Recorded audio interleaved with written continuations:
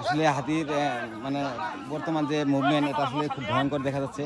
এভাবে আসলে হাতি আক্রমণ করার আগে এভাবে মুভমেন্ট নেই, জানি না তারা এখন কি করবে। এখানে যে দেখুন এই যে যারা কৃষক আছে যারা আসলে তাদের ফসল রক্ষা করার আপ্রাণ চেষ্টা করছে, প্রাণপণ লড়াই করে যাচ্ছে প্রতিনিয়ত এই হাতির হাত থেকে। দেখুন এলাকার যে কৃষক যারা আছে এরা আসলে মূলত হাতি দেখতে নয়, হাতি গিয়ে দাঁড়ানোর জন্য তারা আসলে নিজের জীবন বাজি রেখে এখানে আসে।